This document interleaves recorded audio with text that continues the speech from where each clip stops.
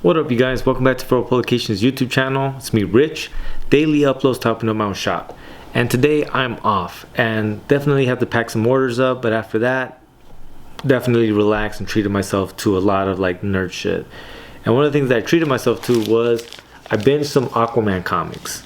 These issues are part of the Dan DiDio like collection.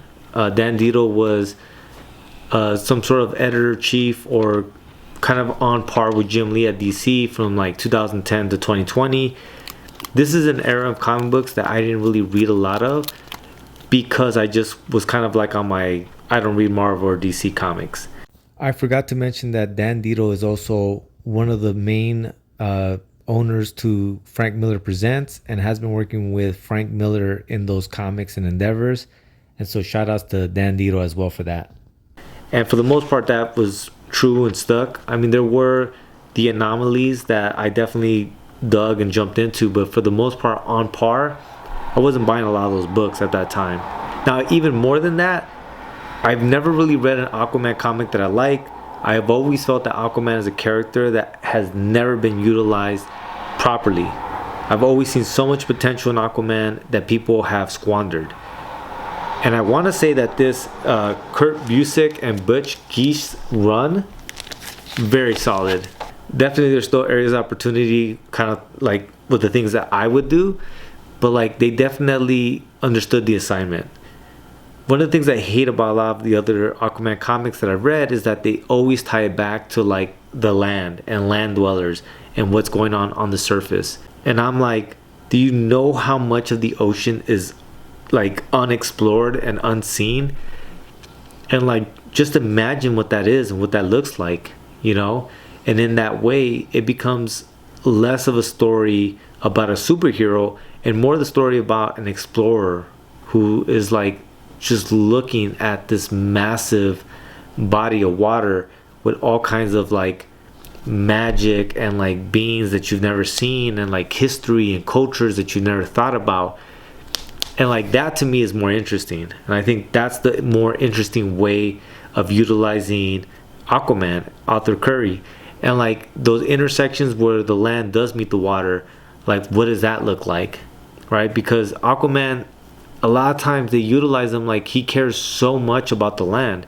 And I just feel like that's a disservice to the character. Right? His pathos is always kind of like the seascape, like how do you protect it? Like how do you help it thrive? And that has always made me like feel like Aquaman, kind of like a Batman, should always be juxtapositioned against what the Justice League, who are all surface dwellers, want. You know, like they may want to respect the sea, but like Arthur wants them to love and admire and like do the most for the sea. And that should always be a point of contention between him and the rest. And I think when they don't do that, they really limit the character. And that's why there's so much parodies of Aquaman being like useless and unneeded. But like this one here definitely is like this adventure story of him and King Shark, who King Shark, absolutely like good character, very well written in this. King Shark probably more infamously known for like that Harley Quinn show. He is such a well written character who helps to carry the story along. And you can see why he connects with Arthur and like the duality of them too, even though I feel like throughout the reading it continuously is showing you that there's going to be a rift between the two of them. And I can't wait to see it or read it. But I definitely want to just shout this out because, you know, that's kind of what I did today. And I really was thinking about the story is like revolving around. There's no kingdom and he's just traveling through the sea with King Shark. And I think that all these little like encounters that they're having with different people are going to lead to him getting enough love and enough of a name for himself that people are going to buy into his program, and he will become the king that then creates some sort of society and kingdom in the sea. Beautiful story. And you see how none of that really revolves around what's happening on the land. It has nothing to do with that. That's not the interesting part of Aquaman. If that was the case, call him land and sometimes sea man. Like that, it don't make no sense.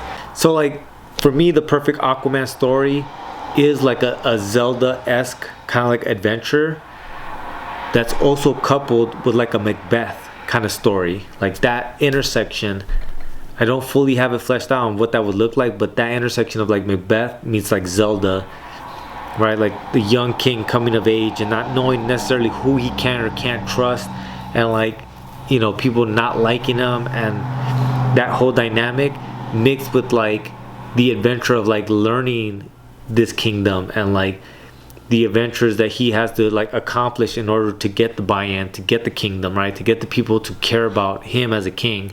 And then that arc of finally getting to that point where then he has to confront the surface dwellers, because the surface dwellers are having a direct impact on the sea. And then that point of contention leading to him potentially being, you know, some sort of a protagonist, and the Justice League being the antagonist, them coming to a compromise of some sort where they now continuously connect and, you know, collaborate with author. That would be like the perfect ideal run. But definitely this Aquaman run is fire. I'm gonna try to hunt down some more. In the dollar bin is where I found these. It's the only way I'm reading these back issues of DC. Like, I'm definitely not, again, this was an era of DC and Marvel that I didn't read shit, and I have to admit that like every so often I bump into a run that's just real solid, and that's on both sides of the camp, right? DC and Marvel. And I found some Image runs as well that really caught my eye now that I've been finding them in the dollar bin. But alright, you guys, that's all I got for you guys today, man. Just some Aquaman rant. As always, thank you so much for watching. Please like, share, subscribe, and let's just keep building this thing up. Lates.